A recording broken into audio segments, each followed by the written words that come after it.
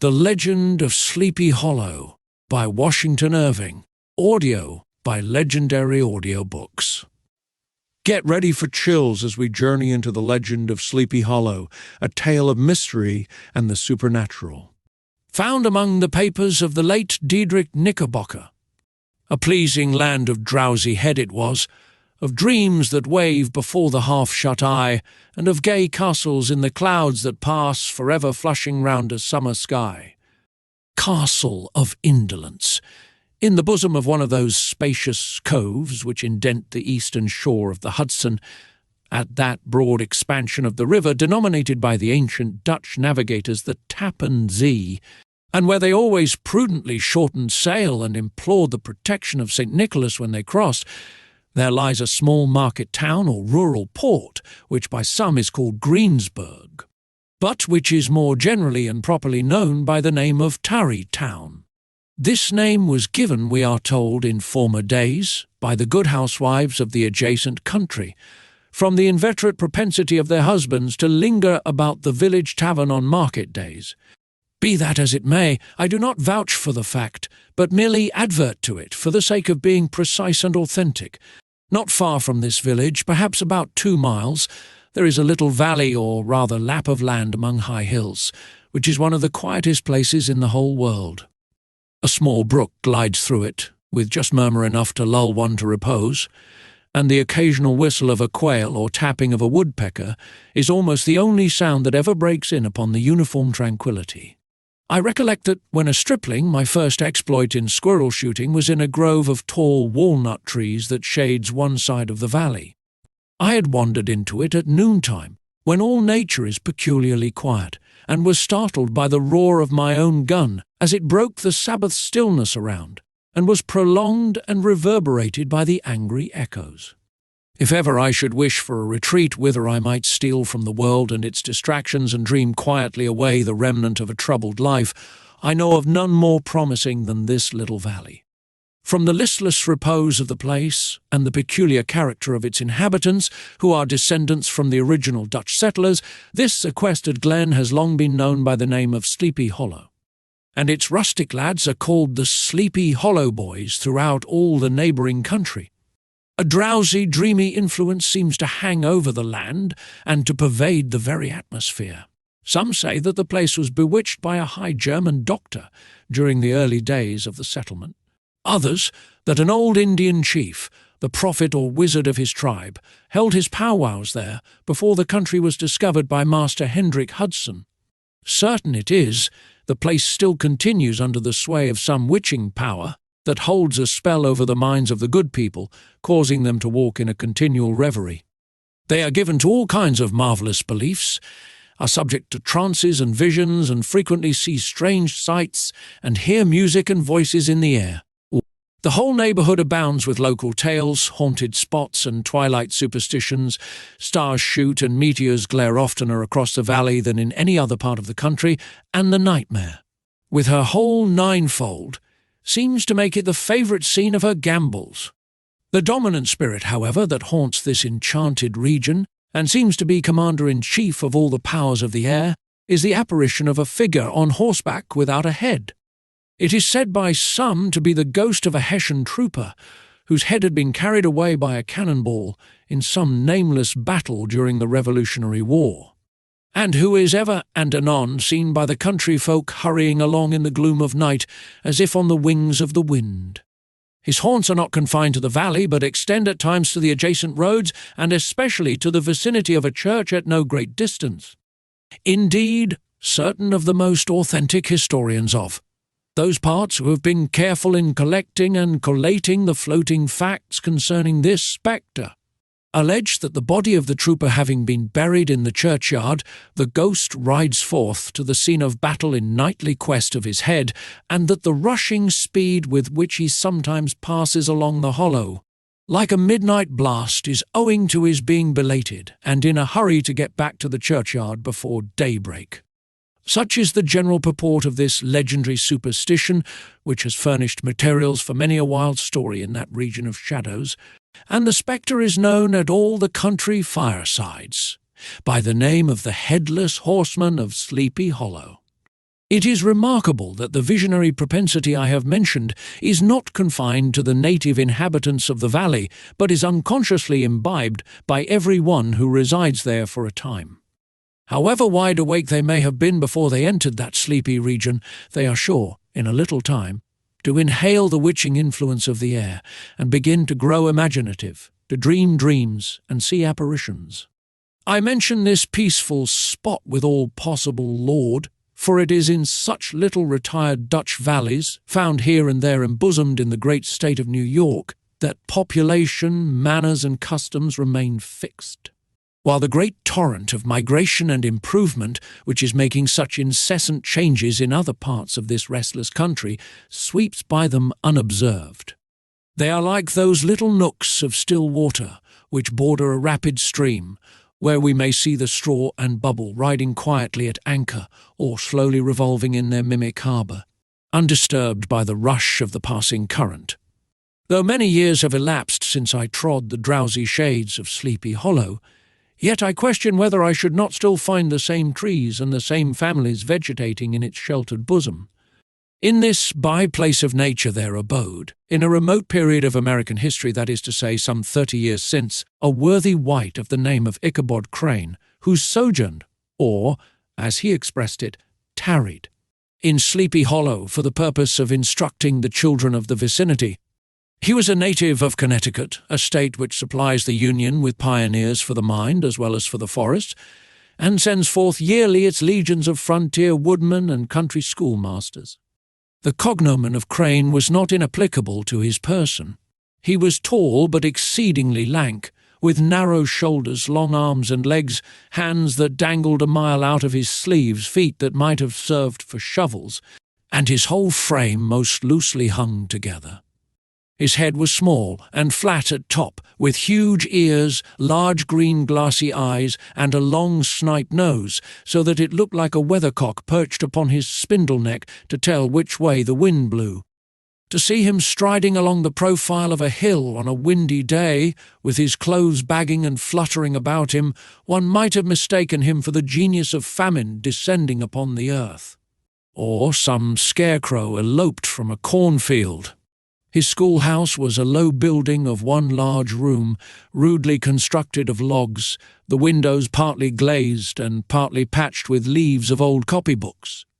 It was most ingeniously secured at vacant hours by a withe twisted in the handle of the door and stakes set against the window shutters, so that though a thief might get in with perfect ease, he would find some embarrassment in getting out, an idea most probably borrowed by the architect, Jost van Houten, from the mystery of an eel-pot.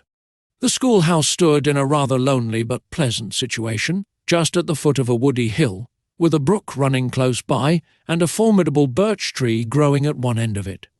From hence the low murmur of his pupils' voices conning over their lessons might be heard in a drowsy summer's day, like the hum of a beehive, interrupted now and then by the authoritative voice of the master, in the tone of menace or command, or, peradventure, by the appalling sound of the birch, as he urged some tardy loiterer along the flowery path of knowledge. Truth to say, he was a conscientious man and ever bore in mind the golden maxim, spare the rod and spoil the child. Ichabod Crane's scholars certainly were not spoiled. I would not have it imagined, however, that he was one of those cruel potentates of the school who joy in the smart of their subjects. On the contrary, he administered justice with discrimination rather than severity, taking the burden off the backs of the weak and laying it on those of the strong. Your mere puny stripling that winced at the least flourish of the rod was passed by with indulgence.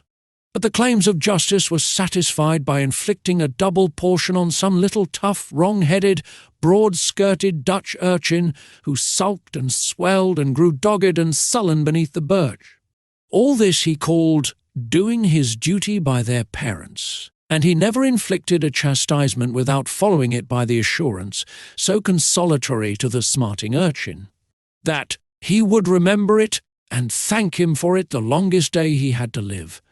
When school hours were over, he was even the companion and playmate of the larger boys, and on holiday afternoons would convoy some of the smaller ones home, who happened to have pretty sisters or good housewives for mothers, noted for the comforts of the cupboard.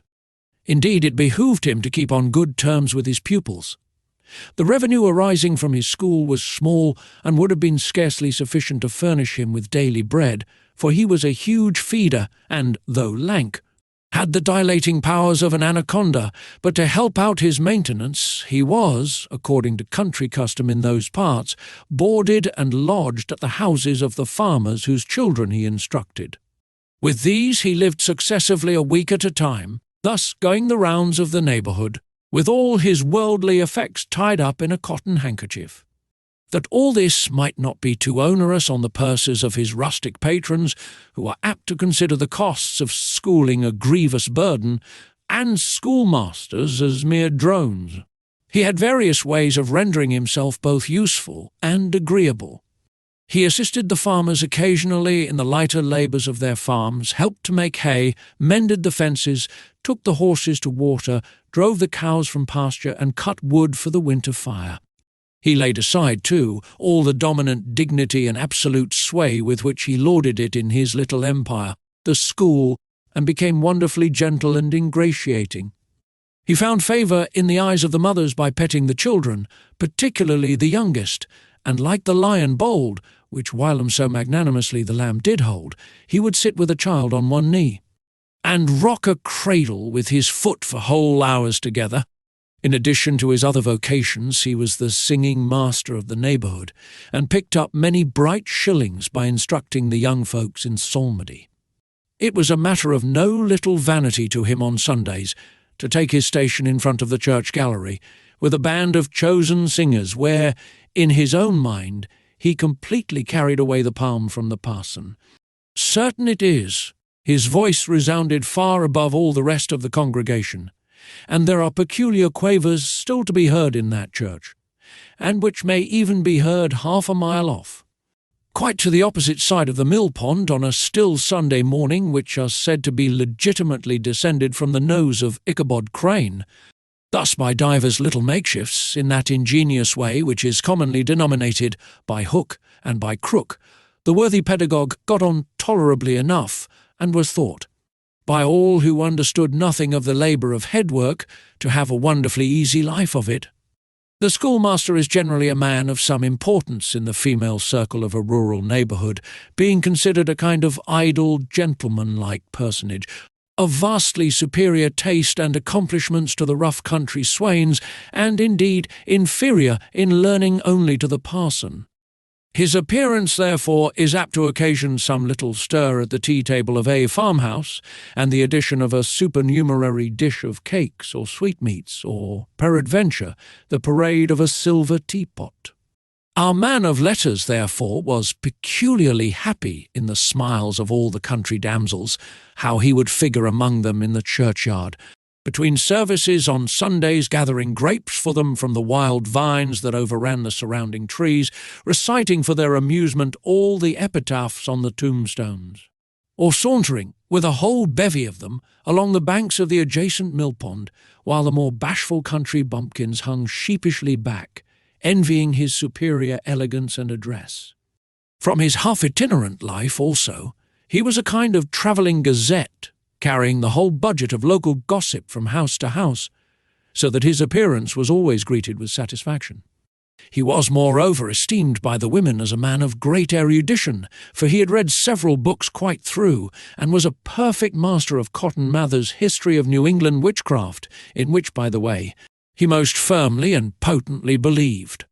He was, in fact, an odd mixture of small shrewdness and simple credulity. His appetite for the marvellous and his powers of digesting it were equally extraordinary, and both had been increased by his residence in this spellbound region.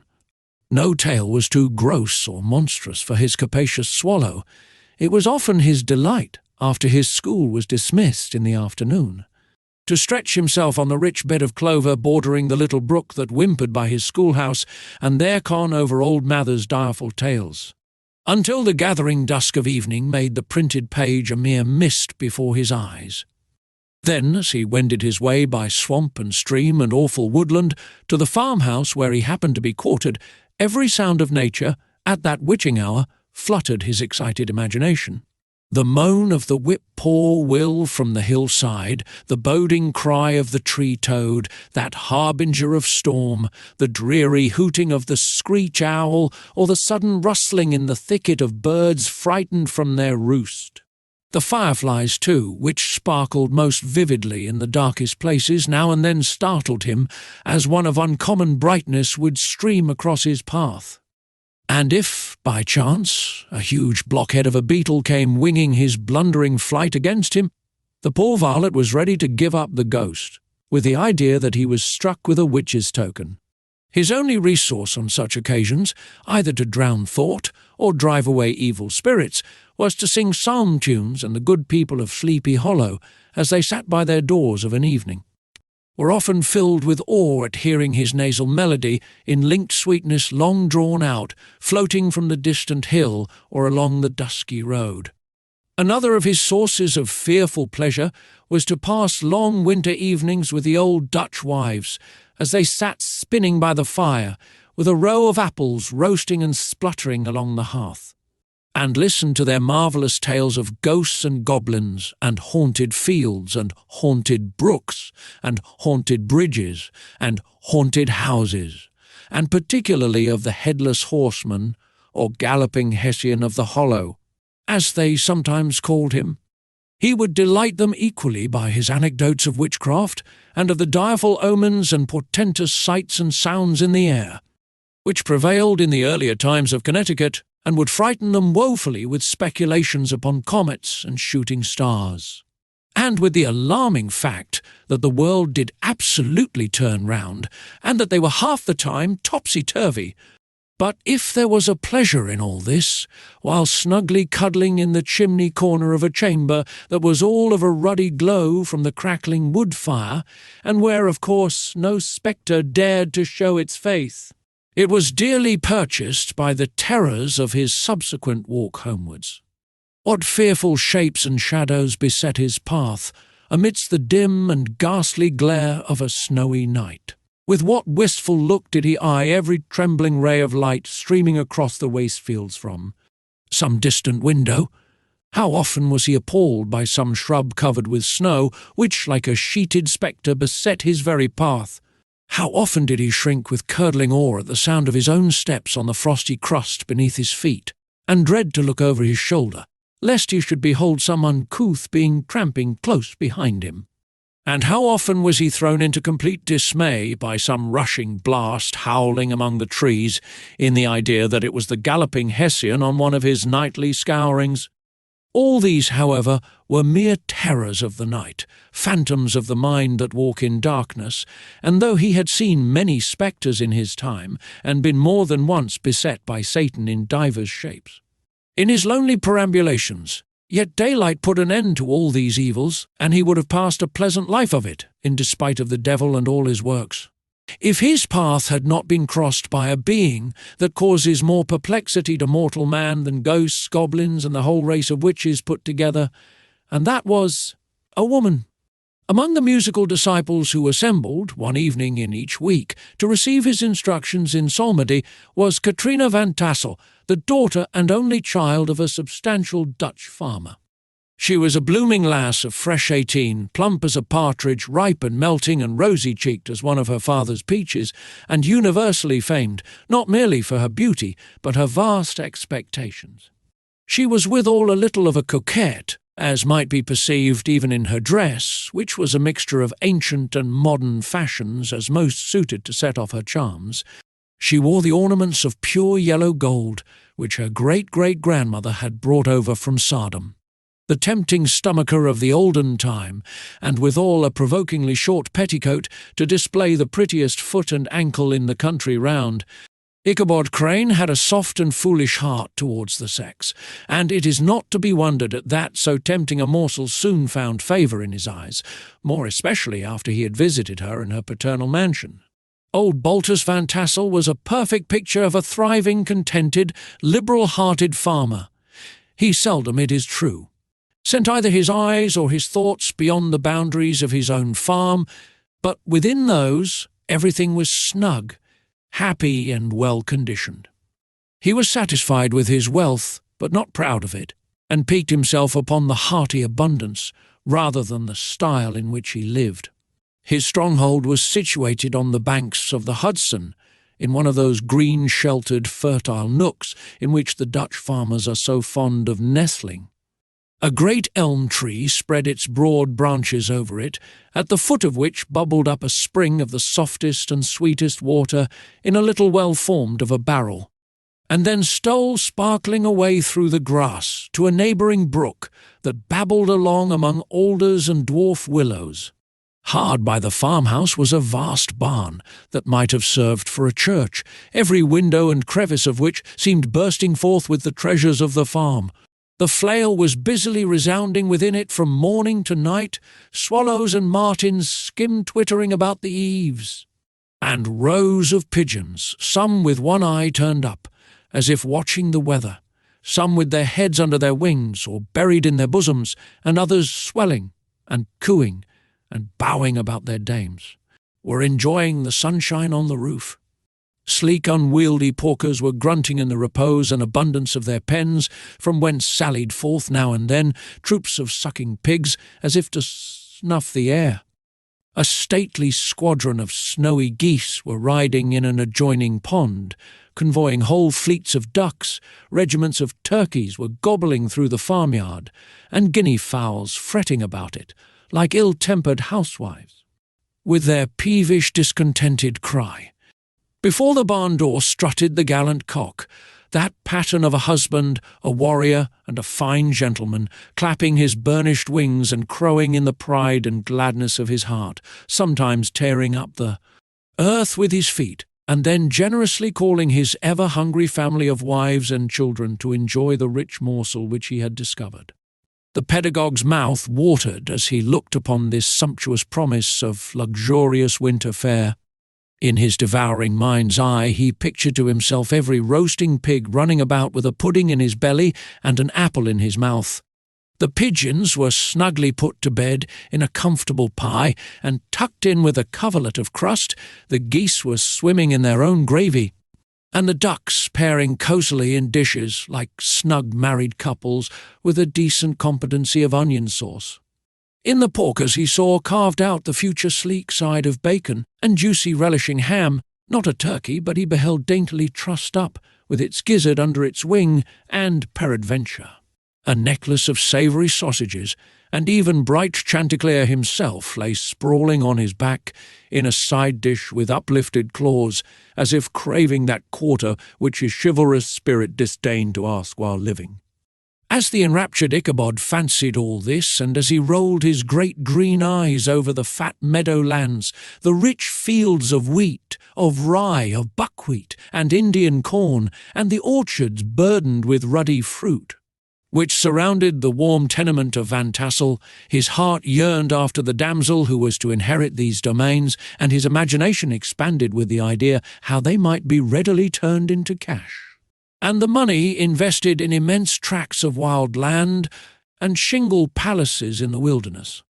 Nay, his busy fancy already realized his hopes, and presented to him the blooming Katrina with a whole family of children mounted on the top of a wagon loaded with household trumpery, with pots and kettles dangling beneath, and he beheld himself bestriding a pacing mare with a colt at her heels, setting out for Kentucky, Tennessee, or the Lord knows where. When he entered the house, the conquest of his heart was complete. It was one of those spacious farmhouses with high-ridged but lowly sloping roofs, built in the style handed down from the first Dutch settlers, the low projecting eaves forming a piazza along the front, capable of being closed up in bad weather. Under this were hung flails, harness, various utensils of husbandry, and nets for fishing in the neighbouring river. Benches were built along the sides for summer use, and a great spinning wheel at one end and a churn at the other showed the various uses to which this important porch might be devoted. From this piazza, the wondering Ichabod entered the hall, which formed the centre of the mansion and the place of usual residence. Here, Rows of resplendent pewter, ranged on a long dresser, dazzled his eyes. In one corner stood a huge bag of wool, ready to be spun. In another, a quantity of linsey-woolsey just from the loom. Ears of Indian corn and strings of dried apples and peaches hung in gay festoons along the walls, mingled with the gourd of red peppers. And a door left ajar gave him a peep into the best parlour, where the claw-footed chairs and dark mahogany tables shone like mirrors. Andirons, with their accompanying shovel and tongs, glistened from their covert of asparagus tops. Mock oranges and conch shells decorated the mantelpiece. Strings of various coloured birds' eggs were suspended above it. A great ostrich egg was hung from the centre of the room, and a corner cupboard, knowingly left open, displayed immense treasures of old silver and well-mended china. From the moment Ichabod laid his eyes upon these regions of delight, the peace of his mind was at an end, and his only study was how to gain the affections of the peerless daughter of Van Tassel. In this enterprise, however, he had more real difficulties than generally fell to the lot of a knight-errant of yore, who seldom had anything but giants, enchanters, fiery dragons, and such like easily conquered adversaries to contend with, and had to make his way merely through gates of iron and brass and walls of adamant to the castle keep, where the lady of his heart was confined, all which he achieved as easily as a man would. Carve his way to the centre of a Christmas pie, and then the lady gave him her hand as a matter of course. Ichabod, on the contrary, had to win his way to the heart of a country coquette, beset with a labyrinth of whims and caprices which were forever presenting new difficulties and impediments, and he had to encounter a host of fearful adversaries of real flesh and blood, the numerous rustic admirers who beset every portal to her heart, keeping a watchful and angry eye upon each other, but ready to fly out in the common cause against any new competitor. Among these the most formidable was a burly, roaring, roistering blade of the name of Abraham, or, according to the Dutch abbreviation, Brom van Brunt, the hero of the country round, which rang with his feats of strength and hardihood. He was broad-shouldered and double-jointed, with short curly black hair, and a bluff but not unpleasant countenance, having a mingled air of fun and arrogance. From his Herculean frame and great powers of limb, he had received the nickname of Brom Bones, by which he was universally known. He was famed for great knowledge and skill in horsemanship, being as dexterous on horseback as a Tartar. He was foremost at all races and cockfights, and, with the ascendancy which bodily strength always acquires in rustic life, was the umpire in all disputes, setting his hat on one side, and giving his decisions with an air and tone that admitted of no gainsay or appeal. He was always ready for either a fight or a frolic, but had more mischief than ill will in his composition, and with ale his overbearing roughness there was a strong dash of waggish good humour at bottom. He had 3 or 4 boon companions who regarded him as their model, and at the head of whom he scoured the country, attending every scene of feud or merriment for miles round. In cold weather he was distinguished by a fur cap, surmounted with a flaunting fox's tail, and when the folks at a country gathering descried this well-known crest at a distance, whisking about among a squad of hard riders, they always stood by for a squall. Sometimes his crew would be heard dashing along past the farmhouses at midnight, with whoop and halloo like a troop of Don. Cossacks and the old dames, started out of their sleep, would listen for a moment till the hurry. Scurry had clattered by and then exclaim, "Aye, there goes Brom Bones and his gang." The neighbours looked upon him with a mixture of awe, admiration, and good-will, and, when any madcap prank or rustic brawl occurred in the vicinity, always shook their heads and warranted. Brom Bones was at the bottom of it. This rantipole hero had for some time singled out the blooming Katrina for the object of his uncouth gallantries, and though his amorous toyings was something like the gentle caresses and endearments of a bear, yet it was whispered that she did not altogether discourage his hopes. Certain it is, his advances were signals for rival candidates to retire, who felt no inclination to cross a lion in his amours.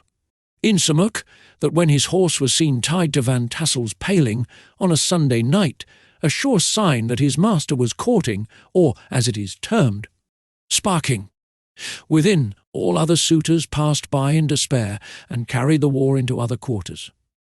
Such was the formidable rival with whom Ichabod Crane had to contend, and, considering all things, a stouter man than he would have shrunk from the competition, and a wiser man would have despaired. He had, however, a happy mixture of pliability and perseverance in his nature. He was in form and spirit like a supple jack yielding.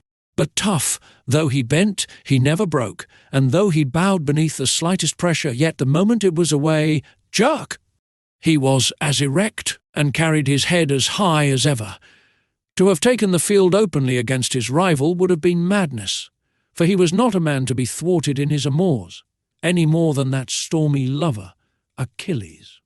Ichabod, therefore, made his advances in a quiet and gently insinuating manner. Under cover of his character of singing master, he made frequent visits at the farmhouse, not that he had anything to apprehend from the meddlesome interference of parents, which is so often a stumbling block in the path of lovers. Brom Van Tassel was an easy, indulgent soul. He loved his daughter better even than his pipe, and, like a reasonable man and an excellent father, let her have her way in everything. His notable little wife, too, had enough to do to attend to her housekeeping and manage her poultry, for, as she sagely observed, ducks and geese are foolish things and must be looked after. But girls can take care of themselves. Thus, while the busy dame bustled about the house or plied her spinning wheel at one end of the piazza, honest Bolt would sit smoking his evening pipe at the other, watching the achievements of a little wooden warrior who, armed with a sword in each hand, was most valiantly fighting the wind on the pinnacle of the barn.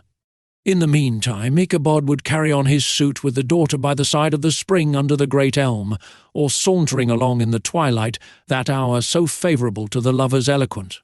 I profess not to know how women's hearts are wooed and won. To me they have always been matters of riddle and admiration.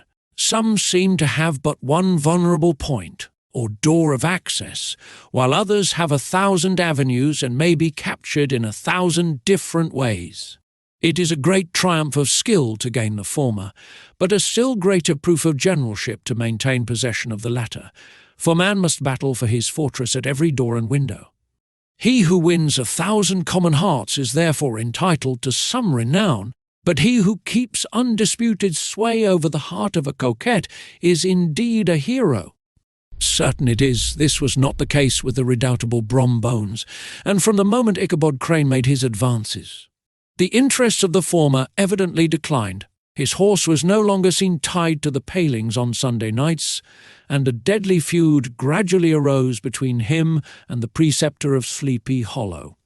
Brom, who had a degree of rough chivalry in his nature, would fain have carried matters to open warfare, and have settled their pretensions to the lady according to the mode of those most concise and simple reasoners.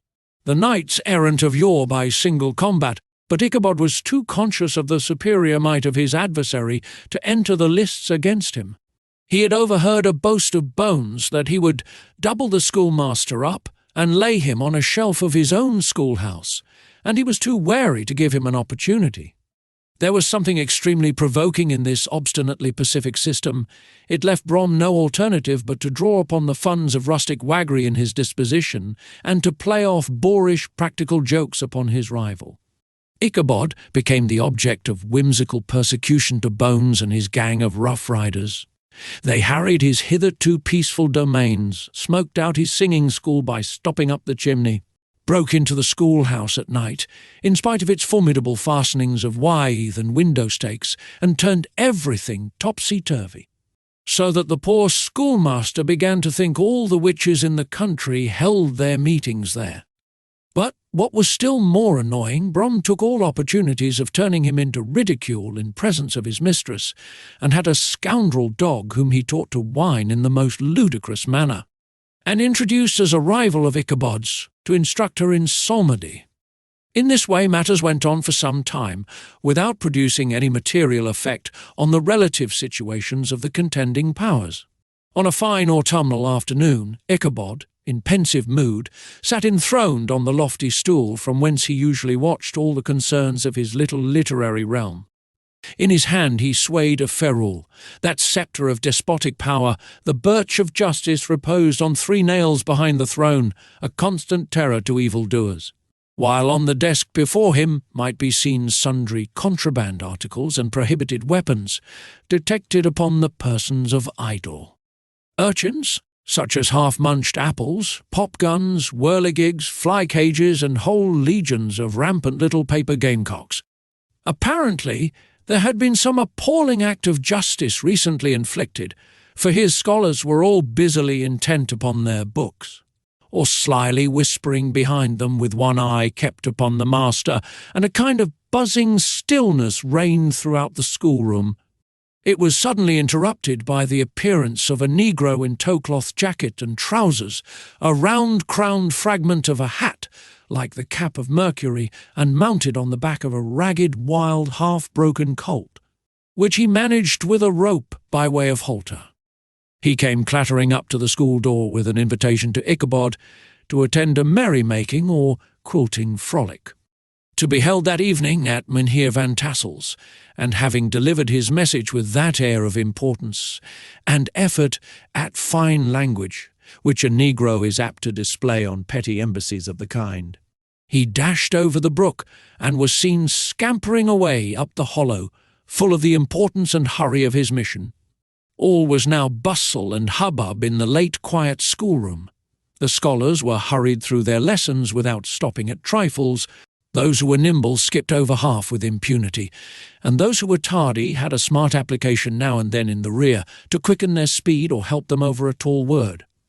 Books were flung aside without being put away on the shelves, inkstands were overturned, benches thrown down, and the whole school was turned loose an hour before the usual time, bursting forth like a legion of young imps, yelping and racketing about the green in joy at their early emancipation. The gallant Ichabod now spent at least an extra half-hour at his toilet, brushing and furbishing up his best, and indeed only suit of rusty black, and arranging his locks by a bit of broken looking-glass that hung up in the schoolhouse. That he might make his appearance before his mistress in the true style of a cavalier, he borrowed a horse from the farmer, with whom he was domiciliated, a choleric old Dutchman of the name of Hans van Ripper, and, thus gallantly mounted, issued forth like a knight-errant in quest of adventures. But it is meet I should, in the true spirit of romantic story, give some account of the looks and equipments of my hero and his steed. The animal he bestrode was a broken-down plough-horse that had outlived almost everything but its viciousness. He was gaunt and shagged, with a ewe neck and a head like a hammer. His rusty mane and tail were tangled and knotted with burrs. One eye had lost its pupil and was glaring and spectral, but the other had the gleam of a genuine devil in it. Still, he must have had fire and metal in his day, if we may judge from the name he bore of gunpowder. He had in fact been a favourite steed of his master's, the choleric Van Ripper, who was a furious rider, and had infused, very probably, some of his own spirit into the animal.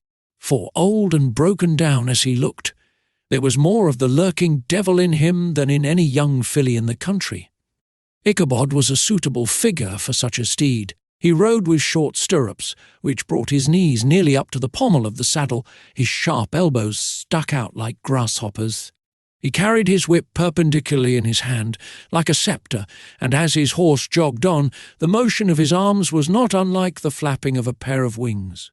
A small wool hat rested on the top of his nose, for so his scanty strip of forehead might be called, and the skirts of his black coat fluttered out almost to the horse's tail.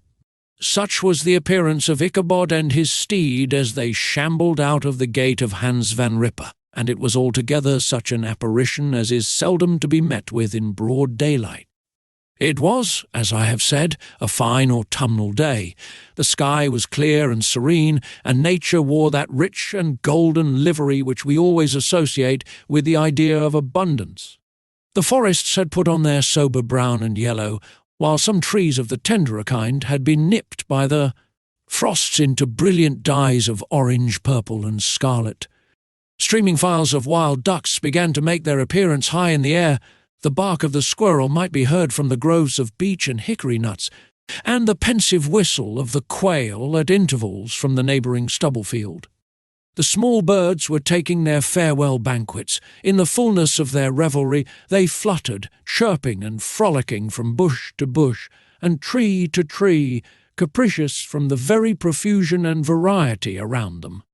There was the honest cock-robin, the favourite game of stripling sportsmen, with its loud, querulous note, and the twittering blackbirds flying in sable clouds, and the golden-winged woodpecker with his crimson crest, his broad black gorget and splendid plumage, and the cedar bird, with its red-tipped wings and yellow-tipped tail and its little Montero cap of feathers, and the blue jay, that noisy coxcomb, in his gay light blue coat and white underclothes, screaming and chattering, nodding and bobbing and bowing, and pretending to be on good terms with every songster of the grove. As Ichabod jogged slowly on his way, his eye, ever open to every symptom of culinary abundance, ranged with delight over the treasures of jolly autumn. On all sides he beheld vast store of apples, some hanging in oppressive opulence on the trees, some gathered into baskets and barrels for the market, others heaped up in rich piles for the cider press. Farther on he beheld great fields of Indian corn, with its golden ears peeping from their leafy coverts, and holding out the promise of cakes and hasty pudding, and the yellow pumpkins lying beneath them, turning up their fair round bellies to the sun, and giving ample prospects of the most luxurious of pies. And anon he passed the fragrant buckwheat fields, breathing the odour of the beehive, and as he beheld them, soft anticipations stole over his mind of dainty slapjacks, well buttered and garnished with honey or treacle, by the delicate little dimpled hand of Katrina Van Tassel.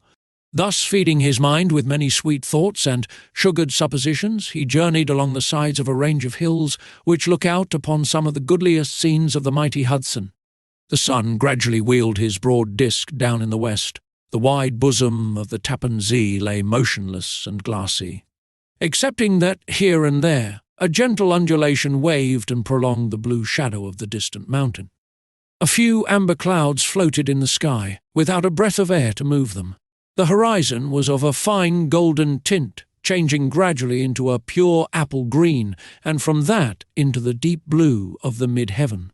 A slanting ray lingered on the woody crests of the precipices that overhung some parts of the river, giving greater depth to the dark grey and purple of their rocky sides. A sloop was loitering in the distance, dropping slowly down with the tide, her sail hanging uselessly against the mast. And as the reflection of the sky gleamed along the still water, it seemed as if the vessel was suspended in the air.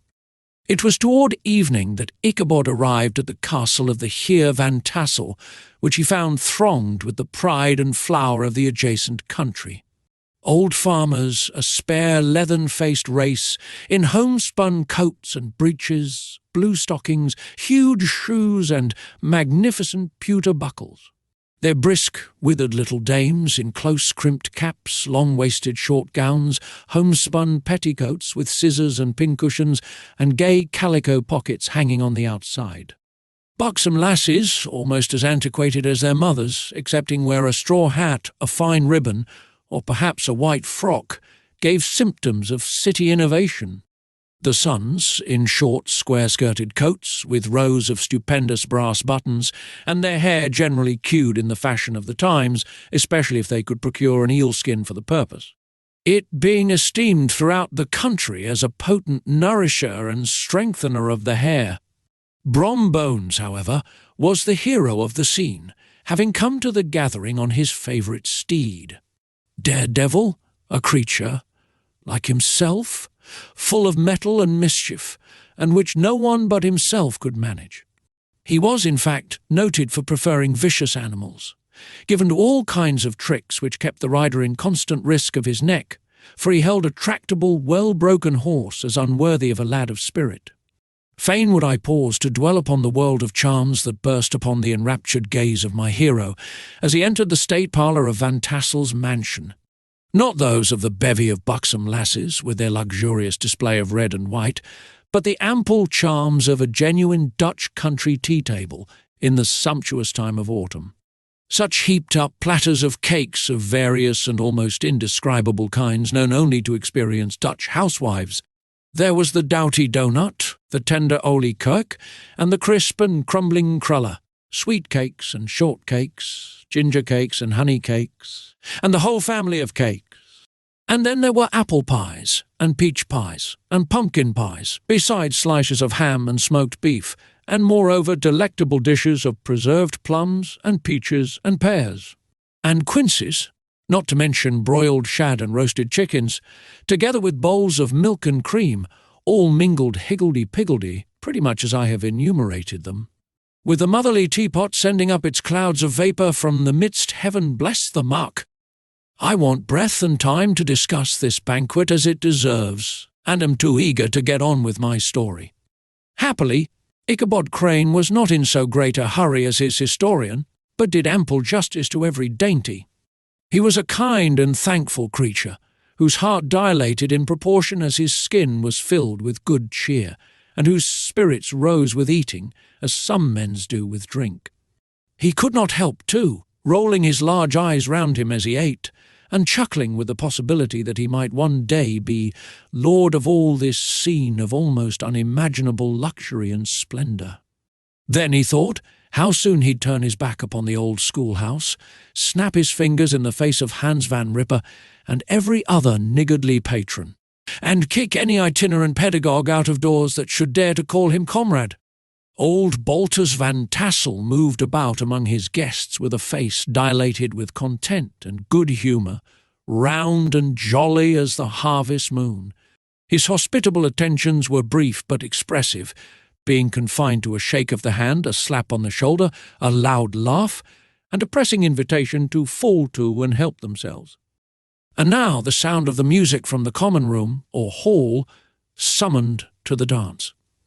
The musician was an old grey-headed Negro who had been the itinerant orchestra of the neighbourhood for more than half a century.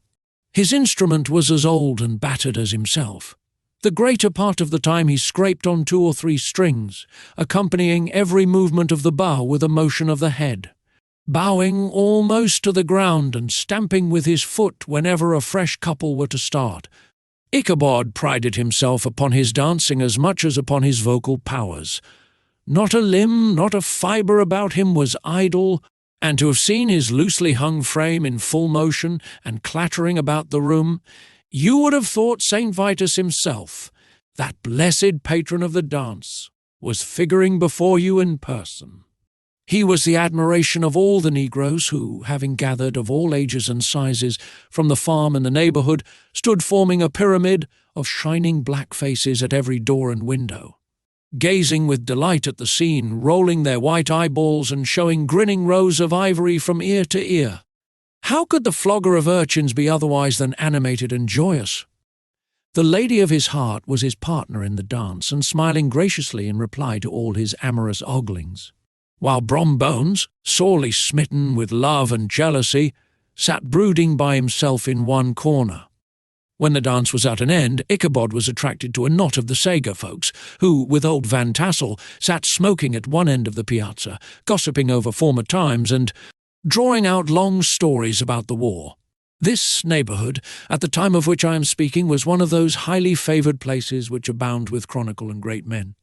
The British and American line had run near it during the war. It had, therefore, been the scene of marauding and infested with refugees, cowboys, and all kinds of border chivalry.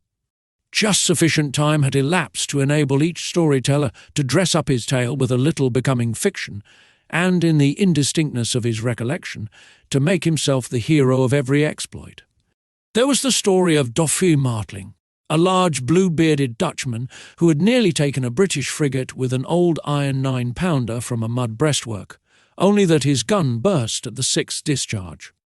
And there was an old gentleman who shall be nameless, being too rich a mynheer to be lightly mentioned, who, in the Battle of White Plains, being an excellent master of defence, parried a musket ball with a small sword, insomuch that he absolutely felt it whiz round the blade and glance off at the hilt, in proof of which he was ready at any time to show the sword with the hilt a little bent.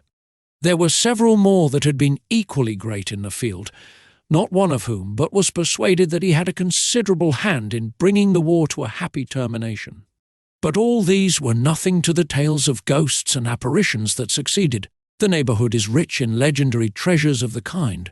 Local tales and superstitions thrive best in these sheltered, long-settled retreats, but are trampled underfoot by the shifting throng that forms the population of most of our country places. Besides, there is no encouragement for ghosts in most of our villages, for they have scarcely had time to finish their first nap and turn themselves in their graves before their surviving friends have travelled away from the neighbourhood, so that when they turn out at night to walk their rounds they have no acquaintance left to call upon. This is perhaps the reason why we so seldom hear of ghosts except in our long-established Dutch communities. The immediate cause, however, of the prevalence of supernatural stories in these parts was doubtless owing to the vicinity of Sleepy Hollow. There was a contagion in the very air that blew from that haunted region. It breathed forth an atmosphere of dreams and fancies infecting all the land. Several of the Sleepy Hollow people were present at Van Tassel's and, as usual, were doling out their wild and wonderful legends. Many dismal tales were told about funeral trains, and mourning cries and wailings heard and seen about the great tree where the unfortunate Major Andre was taken, and which stood in the neighbourhood. Some mention was made also of the woman in white that haunted the dark glen at Raven Rock, and was often heard to shriek on winter nights before a storm, having perished there in the snow. The chief part of the stories, however, turned upon the favourite spectre of Sleepy Hollow, the Headless Horseman, who had been heard several times of late patrolling the country, and, it was said, tethered his horse nightly among the graves in the churchyard. The sequestered situation of this church seems always to have made it a favourite haunt of troubled spirits. It stands on a knoll, surrounded by locust trees and lofty elms, from among which its decent whitewashed walls shine modestly forth, like Christian purity beaming through the shades of retirement. A gentle slope descends from it to a silver sheet of water, bordered by high trees, between which peeps may be caught at the blue hills of the Hudson. To look upon its grass-grown yard, where the sunbeams seem to sleep so quietly, one would think that there at least the dead might rest in peace. On one side of the church extends a wide woody dell, along which raves a large brook among broken rocks and trunks of fallen trees. Over a deep, black part of the stream, not far from the church, was formerly thrown a wooden bridge. The road that led to it, and the bridge itself, were thickly shaded by overhanging trees, which cast a gloom about it, even in the daytime, but occasioned a fearful darkness at night. Such was one of the favourite haunts of the Headless Horseman, and the place where he was most frequently encountered. The tale was told of old Brouwer, a most heretical disbeliever in ghosts, how he met the horseman returning from his foray into Sleepy Hollow, and was obliged to get up behind him. How they galloped over bush and brake, over hill and swamp, until they reached the bridge, when the horseman suddenly turned into a skeleton, threw old Brouwer into the brook, and sprang away over the tree-tops with a clap of thunder. This story was immediately matched by a thrice marvellous adventure of Brom Bones, who made light of the galloping Hessian as an arrant jockey. He affirmed that on returning one night from the neighbouring village of Sing Sing, he had been overtaken by this midnight trooper, that he had offered to race with him for a bowl of punch, and should have won it too, for Daredevil beat the goblin horse all hollow, but just as they came to the church bridge, the Hessian bolted, and vanished in a flash of fire. All these tales, told in that drowsy undertone with which men talk in the dark, the countenances of the listeners only now and then receiving a casual gleam from the glare of a pipe, sank deep in the mind of Ichabod. He repaid them in kind with large extracts from his invaluable author, Cotton Mather, and added many marvellous events that had taken place in his native state of Connecticut, and fearful sights which he had seen in his nightly walks about Sleepy Hollow. The revel now gradually broke up. The old farmers gathered together their families in their wagons, and were heard for some time rattling along the hollow roads and over the distant hills. Some of the damsels mounted on pillions behind their favourite swains, and their light-hearted laughter, mingling with the clatter of hoofs, echoed along the silent woodlands, sounding fainter and fainter, until they gradually died away, and the late scene of noise and frolic was all silent and deserted. Ichabod only lingered behind, according to the custom of country lovers, to have a tete-a-tete with the heiress, fully convinced that he was now on the high road to success. What passed at this interview I will not pretend to say, for in fact I do not know. Something, however, I fear me, must have gone wrong, for he certainly sallied forth, after no very great interval, with an air quite desolate and chapfallen. Oh, these women, these women! Could that girl have been playing off any of her coquettish tricks? Was her encouragement of the poor pedagogue all a mere sham to secure her conquest of his rival? Heaven only knows, not I. Let it suffice to say, Ichabod stole forth with the air of one who had been sacking a hen-roost rather than a fair lady's heart. Without looking to the right or left to notice the scene of rural wealth, on which he had so often gloated, he went straight to the stable, and with several hearty cuffs and kicks roused his steed most uncourteously from the comfortable quarters in which he was soundly sleeping, dreaming of mountains of corn and oats and whole valleys of timothy and clover. It was the very witching time of night that Ichabod, heavy-hearted and crestfallen, pursued his travels homewards, along the sides of the lofty hills which rise above Tarry town, and which he had traversed so cheerily in the afternoon. The hour was as dismal as himself. Far below him the Tappan Zee spread its dusky and indistinct waste of waters, with here and there the tall mast of a sloop riding quietly at anchor under the land. In the dead hush of midnight he could even hear the barking of the watchdog from the opposite shore of the Hudson, but it was so vague and faint as only to give an idea of his distance from this faithful companion of man.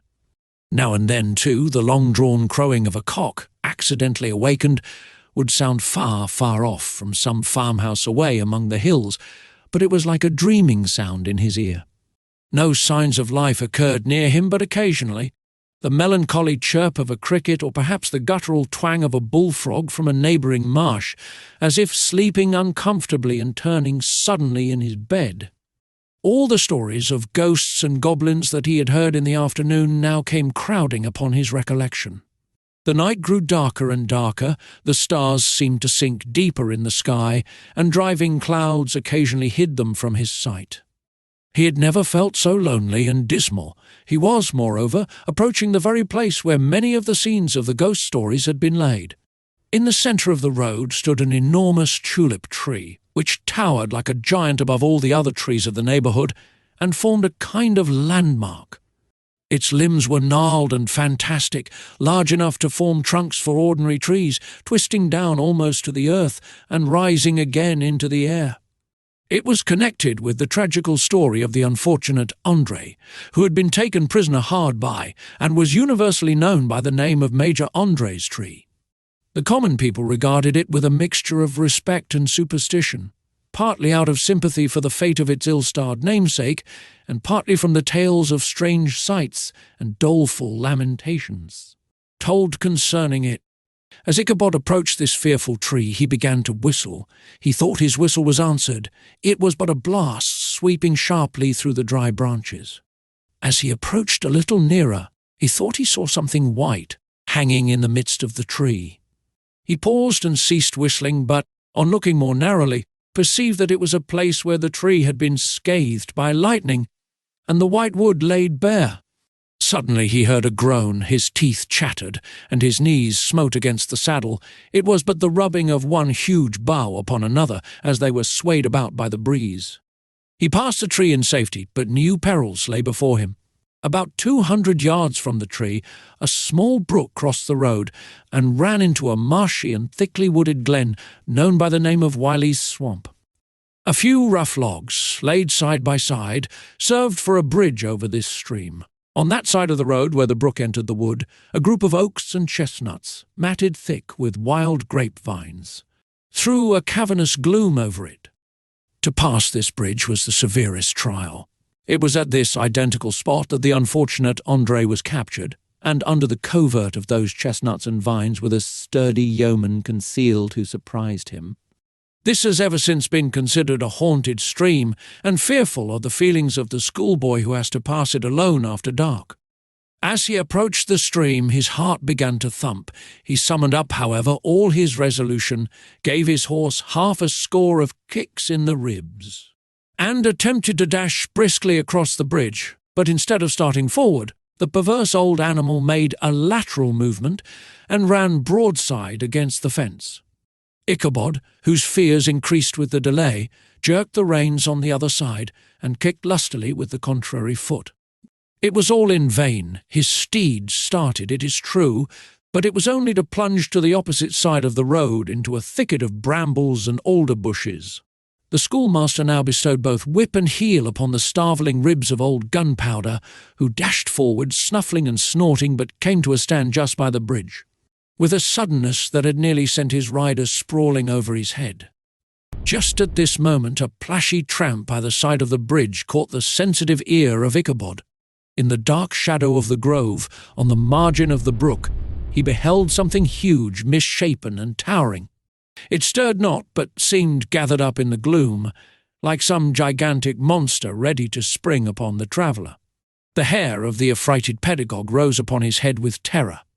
What was to be done? To turn and fly was now too late, and besides, what chance was there of escaping ghost or goblin, if such it was, which could ride upon the wings of the wind? Summoning up, therefore, a show of courage, he demanded in stammering accents, "Who are you?" He received no reply. He repeated his demand in a still more agitated voice. Still there was no answer. Once more he cudgelled the sides of the inflexible Gunpowder, and, shutting his eyes, broke forth with involuntary fervour into a psalm tune. Just then the shadowy object of alarm put itself in motion, and with a scramble and a bound stood at once in the middle of the road. Though the night was dark and dismal, yet the form of the unknown might now in some degree be ascertained. He appeared to be a horseman of large dimensions, and mounted on a black horse of powerful frame. He made no offer of molestation or sociability, but kept aloof on one side of the road, jogging along on the blind side of old Gunpowder, who had now got over his fright and waywardness. Ichabod, who had no relish for this strange midnight companion, and bethought himself of the adventure of Brom Bones with the galloping Hessian, now quickened his steed in hopes of leaving him behind. The stranger, however, quickened his horse to an equal pace. Ichabod pulled up and fell into a walk, thinking to lag behind. The other did the same. His heart began to sink within him. He endeavoured to resume his psalm tune, but his parched tongue clove to the roof of his mouth, and he could not utter a stave. There was something in the moody and dogged silence of this pertinacious companion that was mysterious and appalling. It was soon fearfully accounted for. On mounting a rising ground, which brought the figure of his fellow traveller in relief against the sky, gigantic in height and muffled in a cloak, Ichabod was horror-struck on perceiving that he was headless. But his horror was still more increased on observing that the head, which should have rested on his shoulders, was carried before him on the pommel of his saddle. His terror rose to desperation. He rained a shower of kicks and blows upon Gunpowder, hoping by a sudden movement to give his companion the slip, but the spectre started full jump with him. Away then they dashed through thick and thin, stones flying and sparks flashing at every bound. Ichabod's flimsy garments fluttered in the air as he stretched his long, lank body away over his horse's head in the eagerness of his flight. They had now reached the road which turns off to Sleepy Hollow, but Gunpowder, who seemed possessed with a demon instead of keeping up it, made an opposite tum and plunged headlong downhill to the left. This road leads through a sandy hollow shaded by trees for about a quarter of a mile, where it crosses the bridge famous in Goblin story, and just beyond swells the green knoll on which stands the whitewashed church. As yet the panic of the steed had given his unskilful rider an apparent advantage in the chase, but just as he had got halfway through the hollow, the girths of the saddle gave way, and he felt it slipping from under him.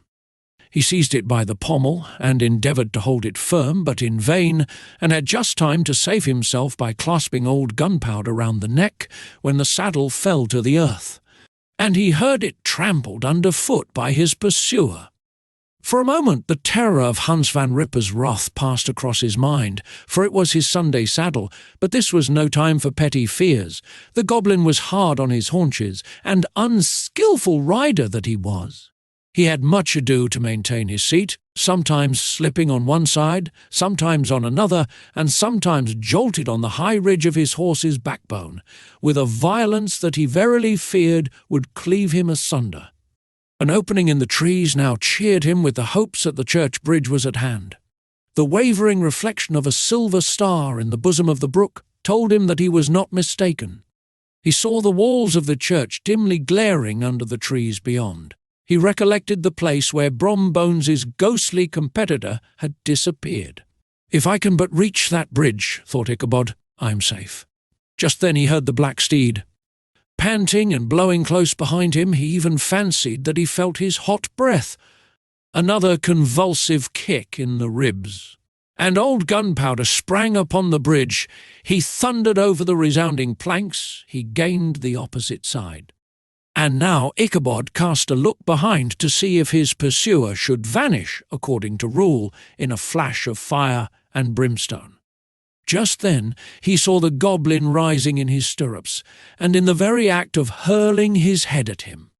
Ichabod endeavoured to dodge the horrible missile, but too late.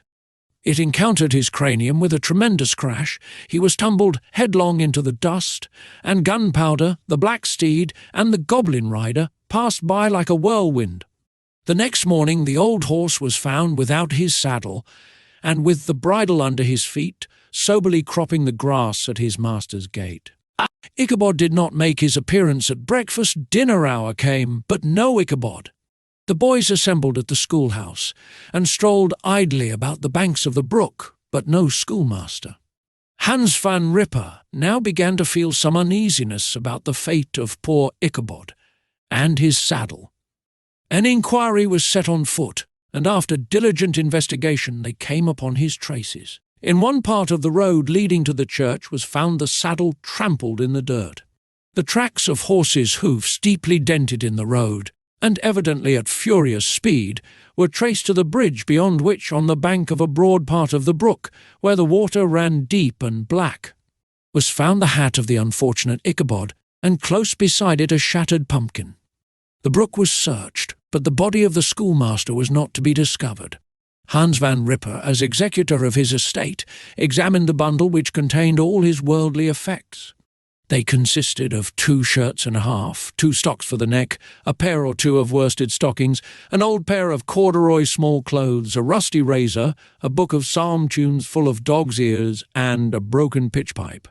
As to the books and furniture of the schoolhouse, they belonged to the community, excepting Cotton Mather's History of Witchcraft, a New England almanac, and a book of dreams and fortune-telling, in which last was a sheet of foolscap, much scribbled and blotted in several fruitless attempts to make a copy of verses in honour of the heiress of Van Tassel. These magic books and the poetic scrawl were forthwith consigned to the flames by Hans Van Ripper, who, from that time forward, determined to send his children no more to school, observing that he never knew any good come of this same reading and writing. Whatever money the schoolmaster possessed, and he had received his quarter's pay but a day or 2 before, he must have had about his person at the time of his disappearance. The mysterious event caused much speculation at the church on the following Sunday. Knots of gazers and gossips were collected in the churchyard, at the bridge, and at the spot where the hat and pumpkin had been found. The stories of Brouwer, of Bones, and a whole budget of others were called to mind, and when they had diligently considered them all, and compared them with the symptoms of the present case, they shook their heads, and came to the conclusion that Ichabod had been carried off by the galloping Hessian. As he was a bachelor, and in nobody's debt, nobody troubled his head any more about him. The school was removed to a different quarter of the hollow, and another pedagogue reigned in his stead. It is true, an old farmer, who had been down to New York on a visit several years after, and from whom this account of the ghostly adventure was received, brought home the intelligence that Ichabod Crane was still alive, that he had left the neighbourhood partly through fear of the goblin and Hans Van Ripper, and partly in mortification at having been suddenly dismissed by the heiress, that he had changed his quarters to a distant part of the country, had kept school and studied law at the same time, had been admitted to the bar, turned politician, electioneered, written for the newspapers, and finally had been made a justice of the £10 court.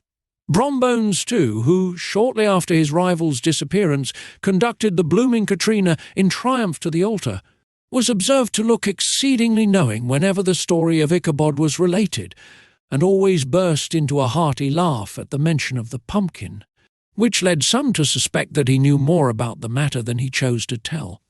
The old country wives, however, who are the best judges of these matters, maintain to this day that Ichabod was spirited away by supernatural means, and it is a favourite story often told about the neighbourhood round the winter evening fire.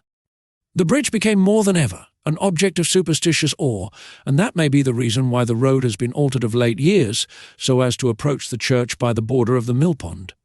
The schoolhouse, being deserted, soon fell to decay, and was reported to be haunted by the ghost of the unfortunate pedagogue and the ploughboy loitering homeward of a still summer evening, has often fancied his voice at a distance, chanting a melancholy psalm tune among the tranquil solitudes of Sleepy Hollow. Postscript, found in the handwriting of Mr. Knickerbocker. The preceding tale is given almost in the precise words in which I heard it related at a corporation meeting at the ancient city of Manhattan, at which were present many of its sagest and most illustrious burghers. The narrator was a pleasant, shabby, gentlemanly old fellow in pepper-and-salt clothes, with a sadly humorous face, and one whom I strongly suspected of being poor, he made such efforts to be entertaining. When his story was concluded, there was much laughter and approbation, particularly from 2 or 3 deputy aldermen, who had been asleep the greater part of the time. There was, however, one tall, dry-looking old gentleman, with beetling eyebrows, who maintained a grave and rather severe face throughout, now and then folding his arms, inclining his head, and looking down upon the floor, as if turning a doubt over in his mind. He was one of your wary men, who never laugh but upon good grounds when they have reason and law on their side. When the mirth of the rest of the company had subsided, and silence was restored, he leaned one arm on the elbow of his chair, and sticking the other akimbo, demanded, with a slight but exceedingly sage motion of the head, and contraction of the brow, what was the moral of the story, and what it went to prove.